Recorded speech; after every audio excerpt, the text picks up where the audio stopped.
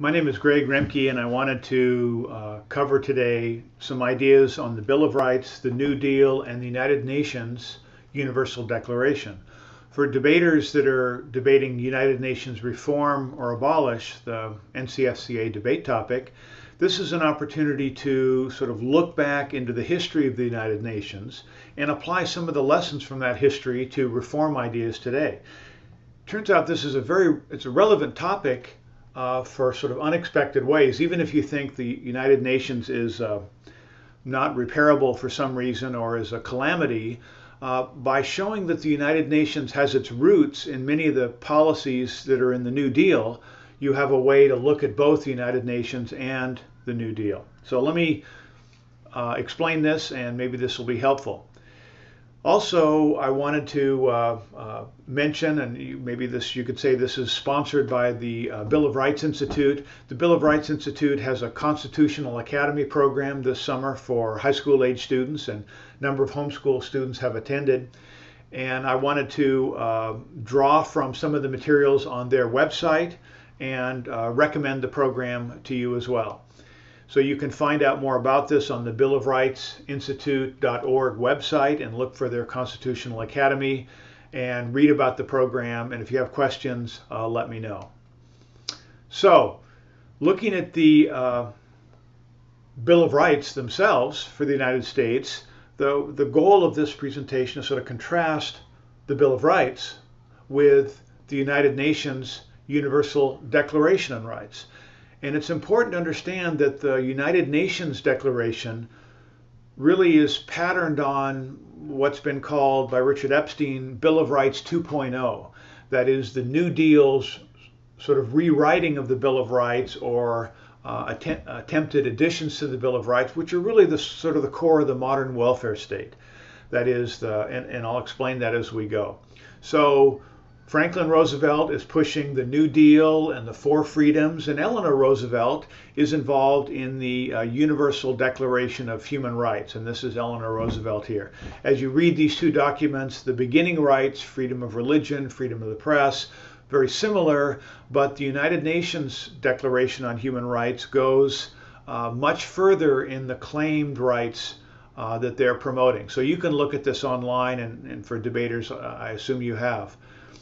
Also, there's a resource from the Hillsdale College called constitutionreader.com, and you can see the contrasting views of the founders and what they viewed natural rights or political rights were versus the progressives, who wanted a much wider definition of what government should do to help people. The founders, what government should do to help people is not oppress people. That is, defend rights from government, defend the country from other governments, but let people live their lives. The progressives argued that the government should do much more, should protect dignity, should provide a whole range of redistributive programs that would, in theory, make people better off. I highly recommend for those want to know more about the Great Depression and the New Deal. Amity Shale's book, The Forgotten Man, looks at the history of the Great Depression, looks at the history of the Franklin Roosevelt Brain Trust, the people involved in sort of rewriting the Constitution or adding the programs that the federal government does in the name of getting out of the Depression, but also were embodying the progressive ideas that had come over from Europe and influenced American intellectuals through German universities and PhD programs and a whole manner of things. But you can see from the historical archives what people actually thought, what they planned, what they did. And this is the intellectual history of the New Deal, but it's also the intellectual history of the United Nations, or that part of the United Nations that is promoting human rights, rather than just the part of the United Nations that is trying to find a way to adjudicate disputes and prevent war. So the New Deal economic programs enacted in the U.S. Between 33 and 36 is sort of New Deal Part 1, but then the Supreme Court changed, invalidated much of the original New Deal. This is sort of state capitalism. That is, the government should take a larger role in sort of shaping and managing and harnessing the capitalist system. And this came from FDR's Brain Trust. And these are the people described in the beginning of The Forgotten Man. These brain trust intellectuals are on their way to the Soviet Union to see the future. So the first New Deal, 33, 34, and then the second New Deal, that is after the Supreme Court invalidated the first New Deal, much of the legislation, these policies were rewritten. The Supreme Court was reshaped in a sense, and the second New Deal are the 35 to 38 programs. Now, I'm arguing that the New Deal was a turning point in American history. Now, obviously, the Revolutionary War was, the War of 1812, the Spanish-American War, the Civil War. There's lots of turning points that changes the size and the scope of government through wars and over time expanding the size and scope of the federal government. But the New Deal is the sort of the core of the various welfare programs that we have today. So if you look at the New Deal and New Deal foreign policy, you can look at what FDR called the four freedoms in his speech of 1941.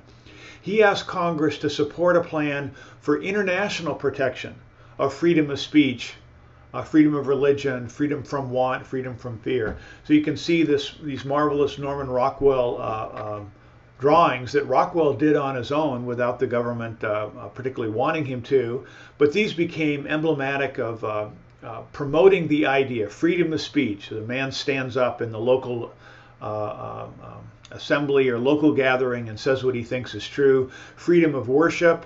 Of course, these are connected to buying war bonds, the first ones to support World War II. A freedom from want, a scene from a Thanksgiving dinner that, why are we fighting? Well, we're fighting so people around the world should be free from want. Ours to fight for freedom from fear. We want to protect the countries of Europe and Asia from totalitarian dictators. And in a sense, the U.S. foreign policy, the New Deal foreign policy, was in part a Keynesian effort to boost the economy. Congress no longer would allow Franklin Roosevelt to just ramp up domestic spending as he did in the first New Deal phase, but for foreign policy, for Lend-Lease Act and for investment in military war preparations, that was not only to boost the economy and create jobs and get us out of the recession, it was also in this internationalization of the four freedoms. That is, the four freedoms not just for Americans, but people all over the world deserve these freedoms. Freedom of speech, freedom of worship, freedom from want, freedom from fear. Now, contrasting this sort of New Deal 2.0, or this new effort for the federal government to expand its role, freedom of speech is in the original Bill of Rights, is freedom from worship and others, but freedom from want, what's that about? How would the federal government free people from want?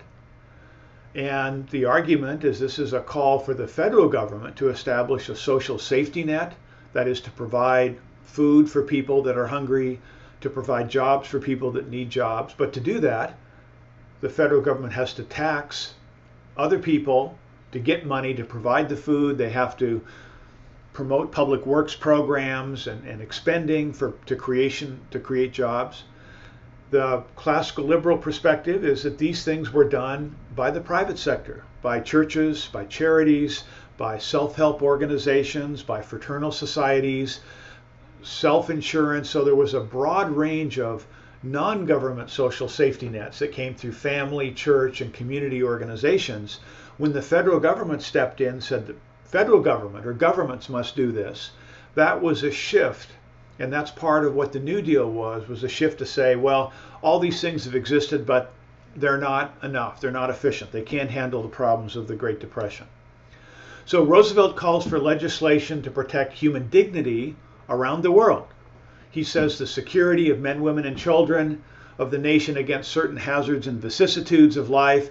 This became a later call for international protection of such rights, and the United Nations was the agency to do that. Now again, not everybody involved in the UN was on board with these broader sort of economic activities, but gradually the United Nations expanded to do more. And this distinct contrast between the Soviet sort of client states on how the government should do these things versus the traditional English, American, Western European views is, been a debate through the history of the United Nations. So you can look online. There's an interesting lesson plan by Ivan Erdang, a high school teacher, called Franklin and Eleanor Roosevelt, Human Rights and the Creation of the United Nations.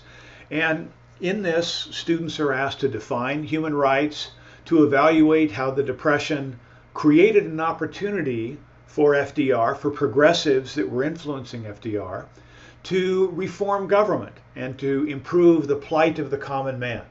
That is, this is a call, and the Ivan Erdang here is enthusiastic about the federal government taking a larger role in the economy and providing these things. But the argument is the crisis atmosphere of the New Deal and the vast number of people unemployed in the Great Depression led to the New Deal having much more power than it otherwise might. Lots of people were on board. Obviously, there's much more to know about the New Deal, and I'm not claiming to cover it here, but just arguing that the federal government expanded its role. In this lesson plan, they asked for people to define human rights and what Eleanor Roosevelt in her essay, What We're Fighting For. So then World War II became not just to defeat the Germans and the Japanese, but to promote human rights around the world. That is, to guarantee these 4 freedoms for people around the world, and basically to take the New Deal, which was the expansionist view of what government should do in the United States, and push that around the world. That the United States was not only going to guarantee the rights of freedom from want and so forth for Americans, we were going to take part in this new international effort to guarantee these freedoms around the world. So this lesson plan calls for compare and contrast the 4 freedoms that were part of the New Deal with the Atlantic Charter and with the United Nations Declaration on Human Rights. That is, look at the rights and discussed in each of these. Then another step to analyze the preamble of Article 1 of the United Nations Charter. So this is an effort for students to go in and study the sort of the founding documents of the United Nations to see what it's about, just like you would study the founding documents of the United States, the Bill of Rights, the Constitution, the Declaration of Independence, to see what it's about, or what it was originally intended to be about. So here again are the United Nations Declaration of Rights. And so we're taking a broad sort of background question of the philosophy of government. What's the just role? What's the proper role of government in a free society? What should the government do? And the New Deal, again, is a turning point that expands what the federal government claims it should do. And most, democratic socialists, or that's not the word that Democrats like, social democrats, what social democrats often claim, government should do much more because it has the power, it's the ability, it's got experts, it should take a role in providing freedom from want for people in America and around the world. So the Bill of Rights Institute, again, online, they have scholarship contests for students. Each year they have articles, materials you can find, lesson plans and sources, as you can in many sites, but the Bill of Rights Institute is one that I would recommend. We're looking at the origin of rights, the role of government, the treatment of property, and how that fits in. And you can, of course, download the Bill of Rights from online and look at the details and read the background to it. And really the Bill of Rights is the agenda of the anti-federalists, the people that were against what they argued was the larger powers of the federal government, and the view is the Bill of Rights were to limit those powers. So backing up from this now, in the next part we're going to do a thinking about rights, and we're going to look at the sort of positive rights and negative rights. I'm going to stop for a minute here and we'll continue that in the next session. Thank you.